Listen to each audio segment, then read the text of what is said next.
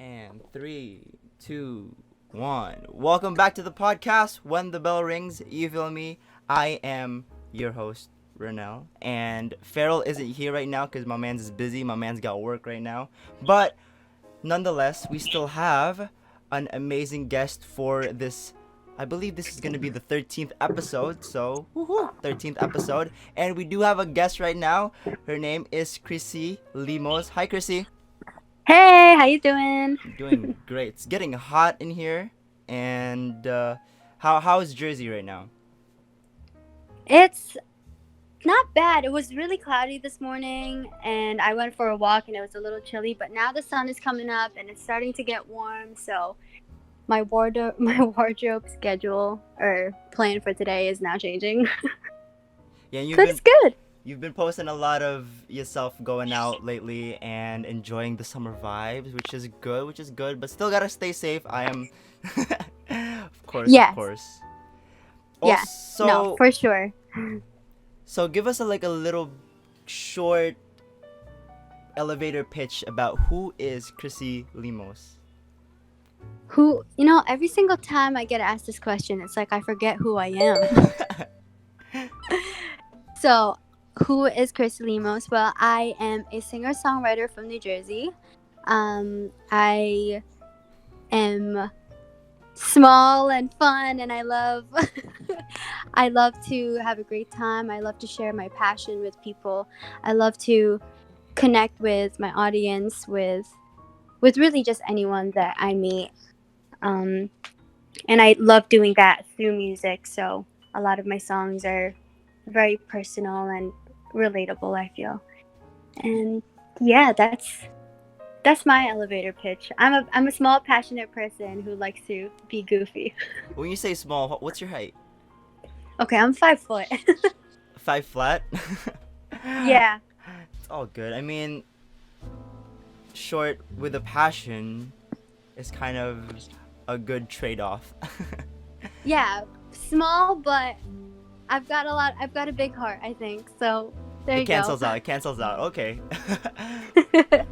So I was listening to your song actually, X's, and Mhm, what went into writing that song? Because it kind of has a little bit of jazz, a little bit of R&B, and mhm.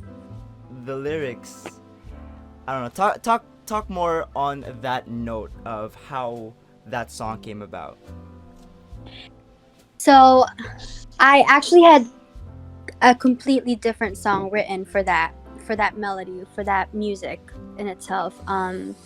And I initially wanted to write about something where I felt like I wasn't being treated well by a person. That's initially what the goal was, but I wanted to keep it a lighter mood. Um, so I sent like a rough draft of me playing guitar to someone who was a professional guitar player, and I had him track it down for me, and he sent it back, and then all of a sudden I was like, oh, I wasn't really feeling the song that I had before, and I had this glass of wine. I have to be honest, I had this glass of wine on my desk, and I was just staring at it, and that's how the first line came about. When drank a few glasses of wine, should have been enough to get you off my mind, but it didn't work. And I thought about that because I had not recently, but I was thinking about a previous ex of mine that took me the longest time to get over, and I remember I put myself back in that time when I was trying to get over him, and how I'd go out with my friends and I'd have a good time and I'd have a few glasses of wine, and I would think that that was enough for me to just forget about him completely. And then, everyone goes through that time where where they will text an ex, and basically it was that in my mind, and then I just thought about how everyone goes through that same situation. No matter where you're at in life, everyone is going to be going through that time where they just can't forget about an ex, no matter how hard they try. Um, so I wanted to just roll with that, all because of a glass of wine on my desk. It brought me back to that memory. It's crazy how people's minds work. It's kind of like you're just staring at a glass of wine, and then all of a sudden you have an entire song written down, and it just reminds me Yeah. of, it just reminds me of how John Mayer. Have you seen this interview of him on BBC? He was explaining to the interviewer how you can basically come up with a song in like 5 minutes, and then he was just strumming his guitar, randomly pulling out chords, and then looking at the window, and then singing how he's looking at the window. It's like, I'm not gonna sing because I can't. So he was just singing about looking at the window, staring at his microphone, and then a song already just hopped on. Is that how your mind works when you're writing songs? Yeah, that's actually, first of all, I haven't seen that interview, so I'm definitely gonna have to go check it out.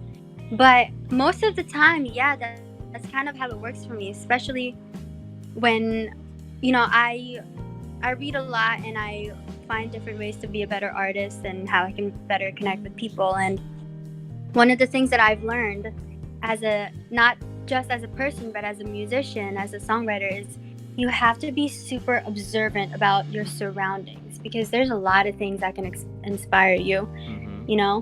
And yeah, like something simple like looking at the window and looking at the microphone or looking at the glass of wine is gonna spark something, or even this conversation that we're having. I could write a song about this right now. I could be like talking on the phone on my own, and I got you on, whatever. Just singing whatever really comes to your mind is the way to do it, honestly. A little bit of subtle flex over here. Okay. No, But I wasn't even trying, bro. even more of a flex. Okay. But yeah, I feel as though, I mean, I'm like the tiniest bit dabbling in the realm of music, but Yes.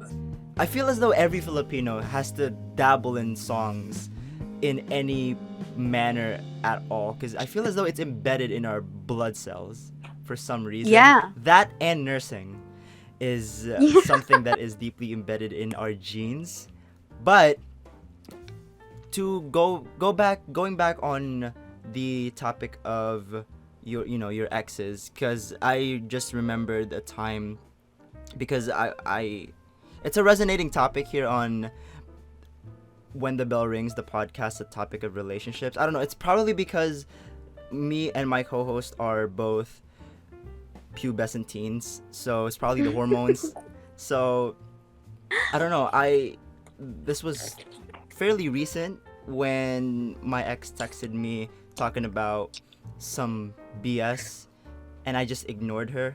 So has that ever happened to you when you were texting an ex and then you got ignored? It was a time when you really needed to talk to your ex and then he just straight up dubbed you.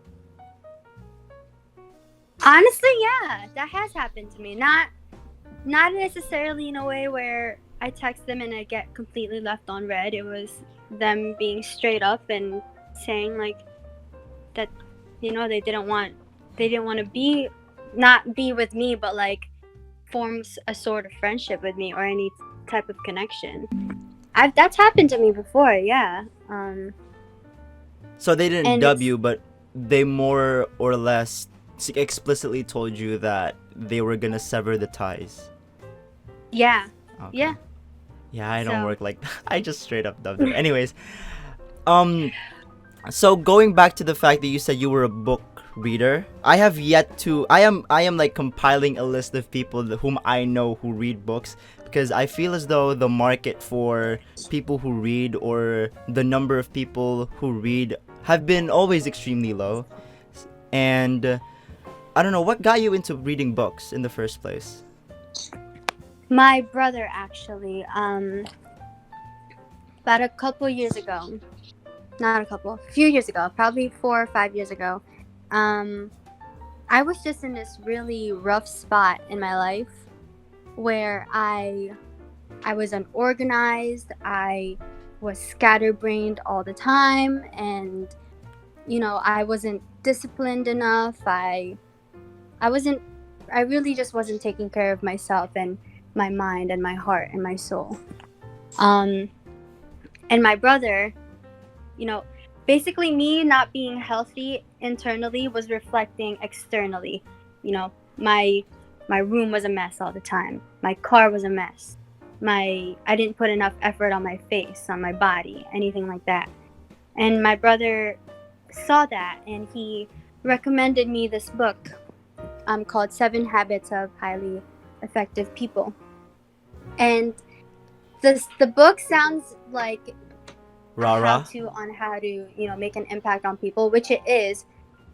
But what I loved about that book when I started to read it was that it told you to start within yourself, to basically change your whole paradigm, to shift your perspective on yourself and how you can become a better person so that it can reflect externally, you know? Mm-hmm. And I realized how, I started changing the way I thought about who I am. I started doing little things like making my bed in the morning just so I feel like I accomplished something for the first day. And I realized that there's so much knowledge that I can get just by reading. So I wanted to read more. I wanted to see what other books I can find that will feed my mind. And then I started listening to podcasts and started talking to more people who had the same mindset as me. I'm stuttering so bad right now. It's all good. And I started having conversations with people who thought the world in a much more meaningful way than what society makes it out to be. Like I started spending less time on the phone. I mean, don't get me wrong, I still love my phone. I still love to scroll through social media and still love posting. But I have learned to balance that out where I can put my phone away and be present in the moment that I'm in. So you've learned to be more of a conscious consumer of digital media. Oh yeah. I've definitely become more conscious of it. How did you reach that point? Because for me, I mean, I'm gonna be completely honest with you.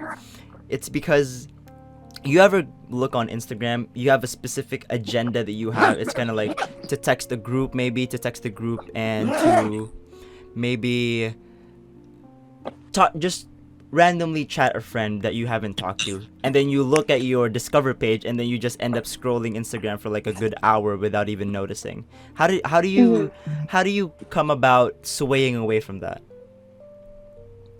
So, I mean, I'm not perfect. I still find myself doing that.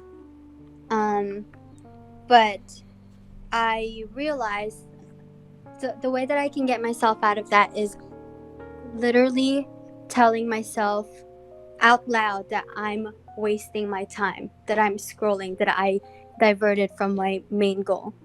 I outright say it as loud as I can. Like I talk to myself and be like, Chrissie, get your stuff done. Like, you can curse if you get want. Up. Yeah.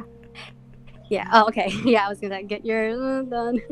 But I literally tell myself to just get up from my bed, stop scrolling on the phone, and go do stuff. Go for a walk.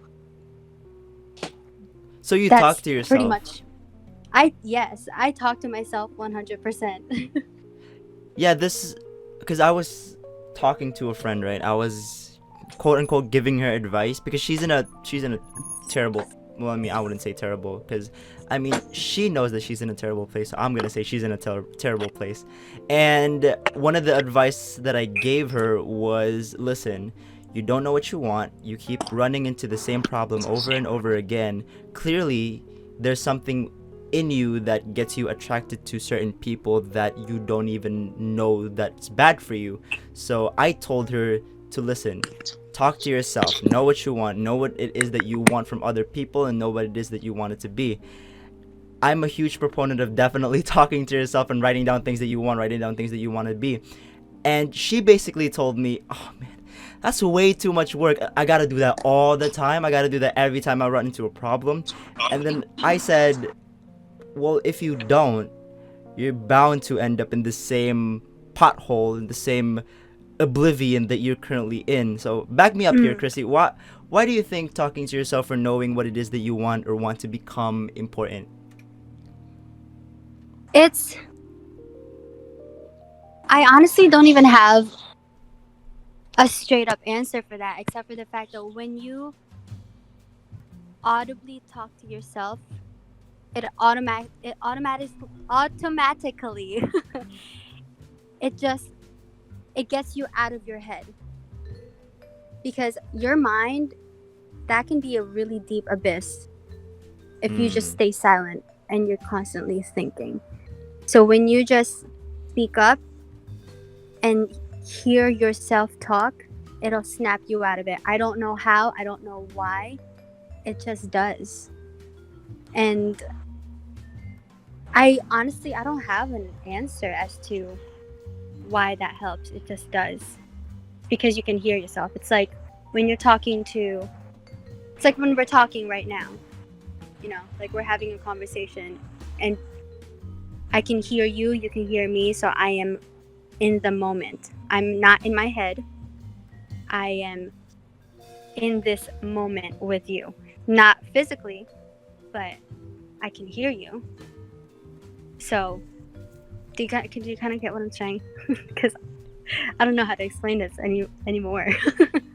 So that is definitely, I mean, none of us know exactly how things work, but when you do definitely talk to yourself, it's kind of like hearing another person talk to yourself. And I mean, yeah, same. I don't really know how this thing works, but it just does. And have you ever found yourself like in a really terrible place, like say you're in a very negative oblivion, in a very negative state emotionally, and then you don't find the will to talk to yourself, or you don't find the will to have a positive outlook in your current state of being? Oh yeah, I've been there. I've been there a lot, and sometimes I still get there, but it's been a little better. And it really is. It's tough to get out of your mind sometimes, but it's possible to do it, especially once you admit that you're not in a good spot. Would you say that music definitely helped you become more aware of your feelings and be able to express them even better? I Yes, it definitely has. Although sometimes I just get into a really really bad spot, or in the previous when I was in a really horrible mindset. Um, I wasn't connecting very well with the music because I wasn't connected with myself. So I I while music does help me get my emotions out and my the mess that's going on in my mind, it does help me, but only to an extent. It always has to start with me working internally first before I can get the words out into the music. I Personally, that's just how I work. I when I'm in a good spot and when I've taken care of my mind and my soul, that's when I feel most connected to my music, because then I'm able to feel more. I'm not numb. I'm not numb to my emotions. I'm not numb to my voice. I'm not numb to listening to what's around me, or seeing the people around me. I was in a rough spot a lot during college, and I look back now and I'm thinking about all of those times that I would do a performance and I just was not concerned about anyone else in the room. I I couldn't connect with everyone, and that's what music is to me, is connecting with people. And because I felt so numb with myself, I felt numb to everybody else, that I would just sit there and I would sing and I don't even know what I was singing. Yeah, and Um, since you are talking about your college experiences, talk to me a little bit about how your college years were, because I'm trying to see how maybe your story can help me handle how my college years are finna be, because I have no idea how my college years are gonna be because I'm not in physical contacts in any of my classes. I don't know how to make friends. I have like a handful of friends right now, and I don't know how this is gonna be without physically being in the campus. So talk a little bit about how your college experiences were. No filters, nothing. This is a free space where you can talk about basically anything you want. All right. So, college. I have to be honest, I am not a school person. I was never great in school. Um, just if you put me in a classroom setting, pretty much everything that, I mean, not everything, but like if you put me in a classroom setting, my motivation just goes down by a whole lot. And and I went to school for music, which is, you would think that I'd be like, oh yeah, college, school, education was amazing. But music is something beyond, I mean, learning about the logistics of music is definitely important, but I don't work in that sense, and they put it in a classroom setting, so it was a little hard for me educationally. But what college was for me was mental, emotional, personal growth. And I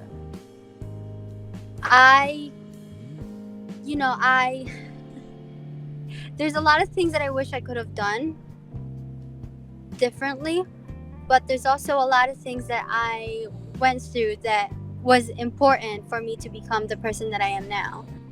I went into college not really knowing anyone either. I grew up in a not so diverse community. I was one of the 5 Filipinos in my high school. I was the only Filipino in my elementary school. So for a while, I couldn't relate with any other Filipinos, which is really odd. And so I went to college, and I felt like that's when my shell really broke, and that's when I started to talk to a lot of people. I didn't care much about what people thought about me. I became friends with whoever. And college years, you change a lot as a person, so a lot of the friendships that I made had changed by sophomore year. I was friends with so many people freshman year. By sophomore year, I got to know myself a little better. The friends that I made got to know themselves a little better, so we all went our separate ways and found different people to hang out with. And for someone who is just going into college, you should understand that that is a normal thing. You don't have to be friends with everyone for as long as you can. Sometimes people are meant to just cross your paths for you to get to know who you are, and to get to know what you like and what you don't like in people. And saving money is also a big thing for me. I spent so much money on food. Oh my goodness. Once my freshman year of college, I'm pretty sure I spent like $500 a week. 500 a week on food alone? On maybe not alone. Like I'd go out to eat with my friend a lot, and I spent so much money on food. Lord, I honestly, like, my parents probably thought I was the most irresponsible child ever. But also, you gotta understand that you're coming out of high school where you're going to class you have like a 5-minute break in between, 10 minutes maybe. Mm-hmm. And you start from 7 a.m. till Lord knows what is it, 2-3 o'clock p.m. that you have school. Oh, I have school. Like, I have like one class every day, so just like an hour a day, or an hour, 2 hours. So I start at like 9, and then because it's Zoom, so you could just right.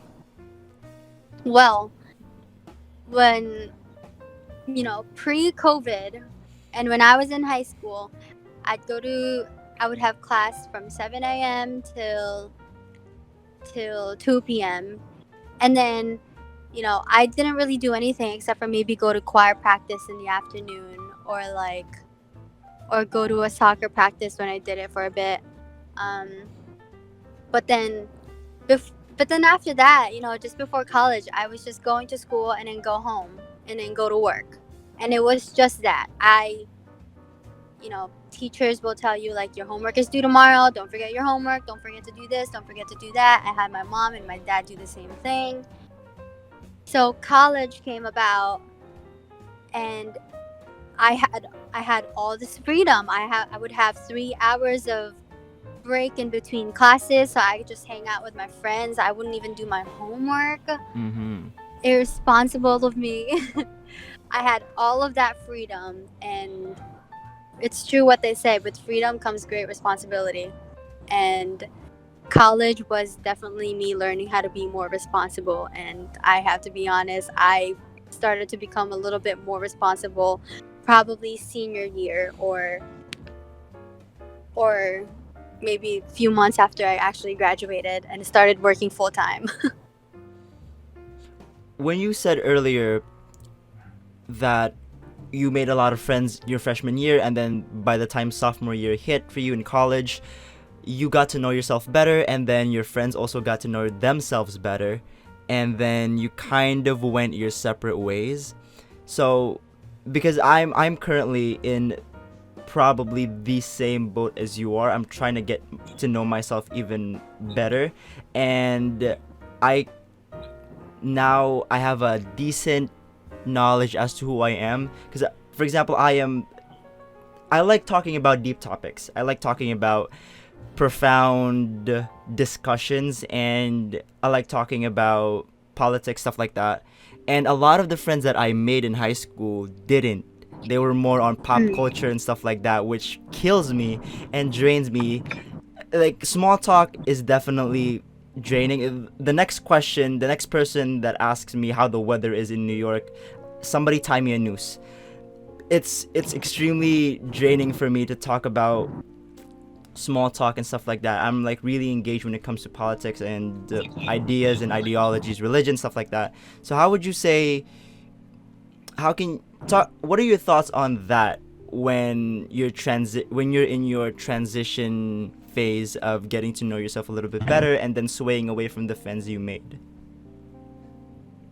Well, it's easy because, staying with those friends is what is comfortable. Okay? We, as humans, we don't like being uncomfortable. But, so because we don't like being uncomfortable, a lot of people stay within their circle, even if their circle doesn't feed their mind and their heart in the way that they want to be fed, you know? And I think it's important to keep in mind while you're transitioning while you're in this transition of, stepping into your skin even more and knowing what you like and what you don't like. It's important to keep in mind that it's okay. You can still be civil with those people in your previous circle, but you have to remember that this is your life. I sound so cliche saying that, but it is your life. And you want what's best for your life, and sometimes those people are not what's best for you, and you really need to swallow that bitter pill. And you know what, those people who are on the same boat as you will understand where you're coming from, and they're not going to hold any grudge against you, or they're not going to hold any grudges on you for venturing out, for finding different people that you can relate to. And you'd also be surprised how many people are okay with having someone just, leaving the circle, because they're probably more concerned about other things too anyway. Yeah. Um, but it's really, when it comes down to it, is you just have to swallow that bitter pill that you're not going to keep that circle of friends forever, especially when you feel like you are staying inside your safe zone. And that's not what you want. if you feel like you're not growing mentally. You always want to surround yourself with those who can challenge you and who call you out on the things that you're doing wrong because they have the best interest in you.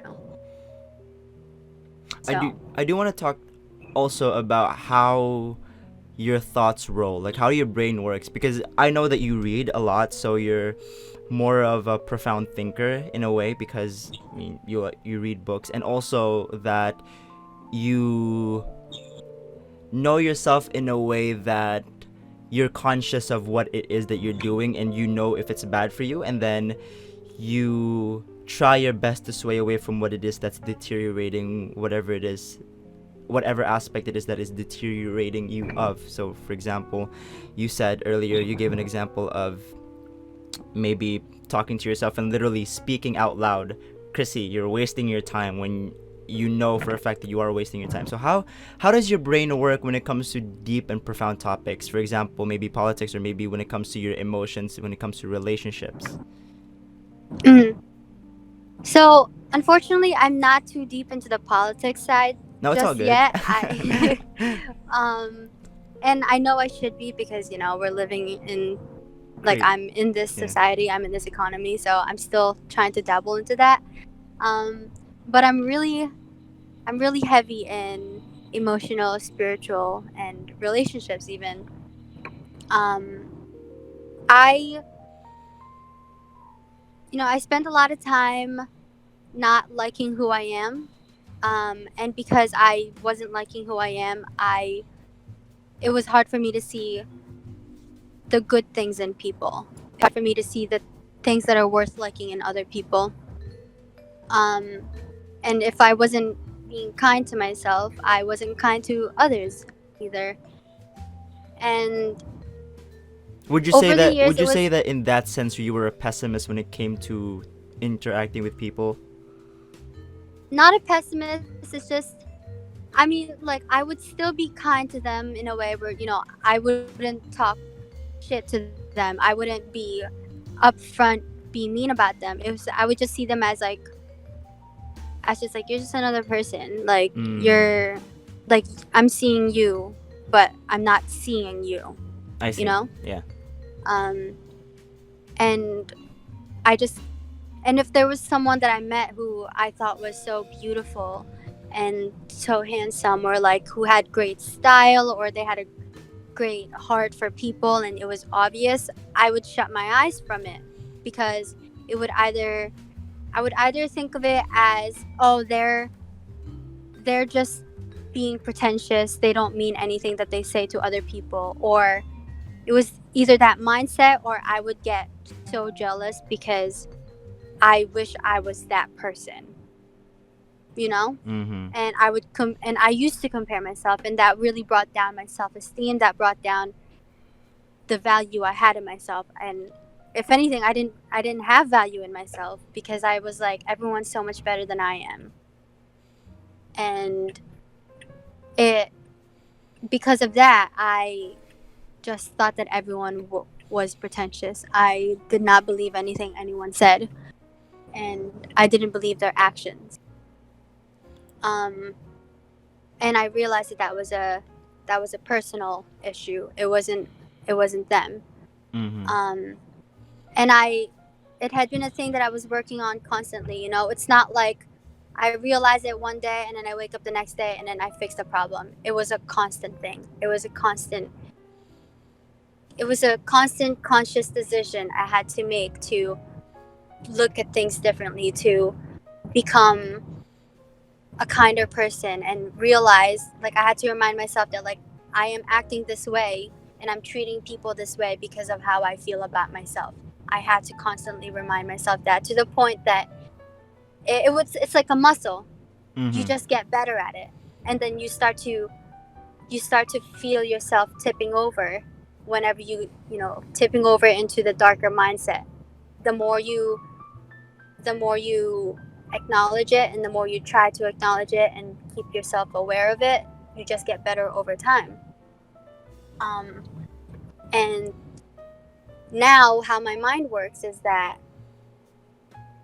if I just stop myself and listen to people, and I look at them, but then I look at their behavior. I listen to what they say, because that's what reveals a person and their heart. And I try and compliment people, and I think everyone should do this. I try and compliment people on their physical appearance, on things that they can control, but I also try and compliment people on on the way that they look at life. Like, for instance, you, if I met you in person, I'm sure you have a great sense of style. I saw you on Wish. I saw what you were wearing. You look great. um, but from our conversation now, I'm realizing how much more you want. You're thirsty for knowledge. You're thirsty to see the things that is more meaningful in life. You like profoundness, like you had just said. You you love getting to know people. You're asking me all these questions. You want to know how my mind works. You have a curiosity for people and how their mind works. And I'm sure a part of that is because you want to apply that to yourself. So you're like a sponge. You just want more from life. You want more than just contentment. That's a word, right? Yeah. Yes. And I admire that. That is an admirable characteristic. So I just, I look for that in people. And I feel like the reason why it's easier for me to look for those qualities in people is because I've realized all of the great qualities that I have in myself. So if you find beauty in you, you'll find the beauty beyond you. So that's how my mind works. I like that. And thank you so much for the compliments, man. I wasn't expecting that. I was just like, but thank you. And also, I can say the same with you when it comes to definitely knowing yourself and knowing what's good for you and what's not. Would you say, because you were talking about how to handle people in a sort of manner, because for me, I want to ask you about how you tend to handle difficult people, because for me, how I tend to do it is I see them and then I just accept them as how they are. Like, that's what they're supposed to do. Like, if I'm handling somebody difficult or people who insult me for some type of reason where it was a superficial type of negative comment, and I just see them as that's how they are. Why would I get mad if they're doing something that they're supposed to do? Would you say that that's how your mind works when it comes to handling difficult people? Or would you say that you genuinely try to understand them? Like, not necessarily that's how they are, but that is just a mask that they wear, and deep within, they are actually a very altruistic type of person. Well, two ways, because if they were to insult me on superficial things, like if they said they didn't like my smile, or they didn't like my clothes, or first of all, you have a very beautiful smile, and your jaw pops every time you smile. So you have a sharper jawline than I do. I have a sharper chin, is what I get from all of my relatives and friends, not a jawline. Well, thank you. I appreciate that. A sharp chin. I've never heard of that one before. You know how Babalu is, or like Vic Soto, how they have. Yeah. I'm gonna speak Tagalog real quick. Yung pag isang tungo na lang mamamatay ka na. Yeah. Yeah, that's me. Oh my gosh, that's too funny. First of all, your chin is great. Love that chin. But yeah, so if anyone were to insult superficial things about me, it's just like, the way that my mind thinks is that it doesn't really matter. Like, I don't hold on to those things personally. I'm not attached to insults that are, especially if I feel good about it. If I feel good about my dress and someone was to insult it, I'm not even gonna care, because I love it. I love how my dress would make me feel. I love how my dress looks. So that doesn't knock me down. But if anyone were to be rude to me, and I can tell you now that because I work at a child care center, it happens a lot. What, the kids insult you? Um, no, no, no, not the kids. The kids are great. It's, you handle some difficult parents, and some teachers, will not be the greatest person to you, and they'll, which is fine. You can't expect everyone to treat you perfectly and be so kind to you all the time. It's just that's the world that we live in.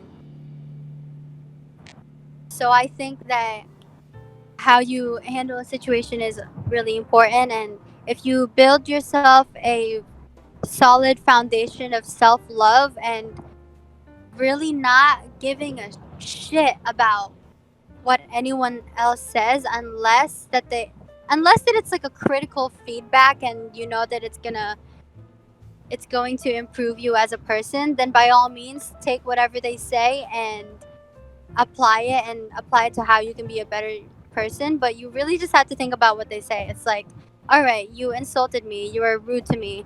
Is this gonna make me a better person? Is this going to help me become the type of person that I want to be, or is this just one of those comments that you just want to say because you want to hurt my feelings? And if it's you just wanting to hurt my feelings, well then better luck next time, because this doesn't hurt my feelings. Like I take a lot of things with a grain of salt, I like that. especially if it's something negative.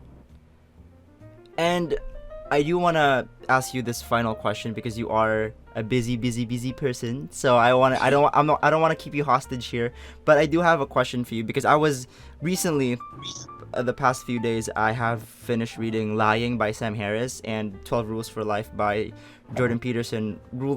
I'm on rule 8, where it says always tell the truth and don't lie, because you were saying about critical feedback, and one of the things that I read from Lying and really gave me a paradigm shift. To anyone who's listening, I would suggest it, and to you as well. One of the things was that white lies and these types of lying for the sake of protecting the other person, quote unquote. So for example, if I would have asked you, do I look good in this outfit, and you genuinely think I look terrible and ugly, but you say, no, you look good, so that's a type of white lie. And another thing would be if I would have presented to you a type of song, and I were to ask of you what you thought of the lyrics, and you genuinely think it's garbage, and you basically tell me, you stroke my ego and say, well, it's good, I like it, you do you, this is your art. Would you say that you appreciate that, or would you rather have it given to you straight up, like, this is honestly terrible, maybe you could work with it, maybe you could work more on it, and then let me know what you think of it after you have taken that criticism into consideration, and then you reiterate what it is that you've written? So what are your thoughts on white lies and lying, and basically protecting you from the truth? Well, okay, so definitely look down upon lying. I think lying just procrastinates the hurt. I like that term. But white lies, yeah. White lies though, I don't. Lying is definitely a no go for me. I think it procrastinates the hurt. So I'd rather get hurt now than later. Um, but white lies, I feel like that's. See, okay, what I wanted to say before was that if you were to show me a set of lyrics, that you had written, Mm-hmm. and I'm not gonna be like, yeah, it's good. Like, I'm not gonna give you a white lie just to make you feel better, because then if you like it and then you show it to everyone and it's not the best that you could do, what I'd probably say is, it's good right now, but I think you could work on it even more. I think that you could I think that you could do better. That's what I would say. So Especially if it's you'd give the truth, but with a hint of euphemism as well, to not necessarily destroy it, destroy the other yeah. party. Okay. I think it depends on what the white lie is. Because if it was like, if you walked out with this outfit that, if you walked out with an outfit that you like, but it's not my taste, I had to keep that in mind. I'm not gonna be like, oh yeah, I like it, but I'm gonna say something like, it's not my taste, but you like it.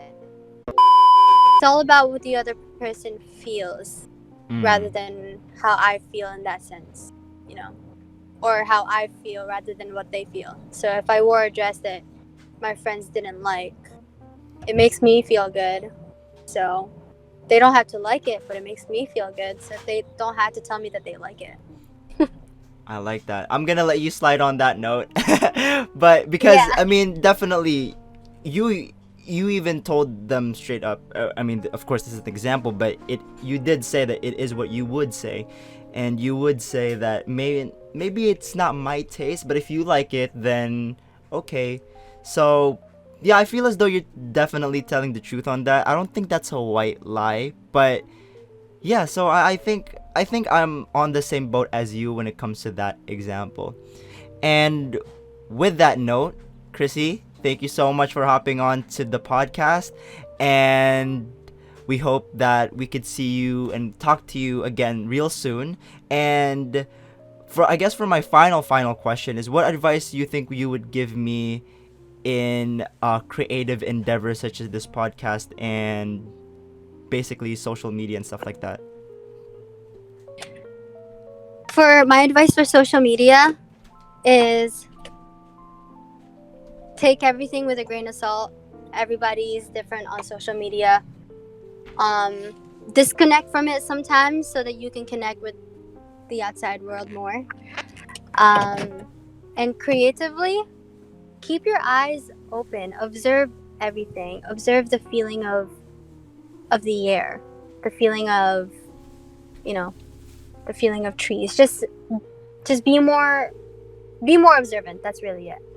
Not just with your eyesight, but with feeling too, with the smell, with the taste of food or whatever. Be more observant. That will help you with your creativity. And with that being said, thank you so much, listeners, and thank you so much again, Chrissy, for hopping on with us. Thank you for this profound conversation and the compliments. Thank you. Thanks for having me. This was awesome. Yes, and we had fun as well. And that is going to wrap it up. Thank you so much once again, and we will see you on the next episode. And yeah, thanks again, Chrissy. Bye-bye. Thank you. Bye. Have a good day.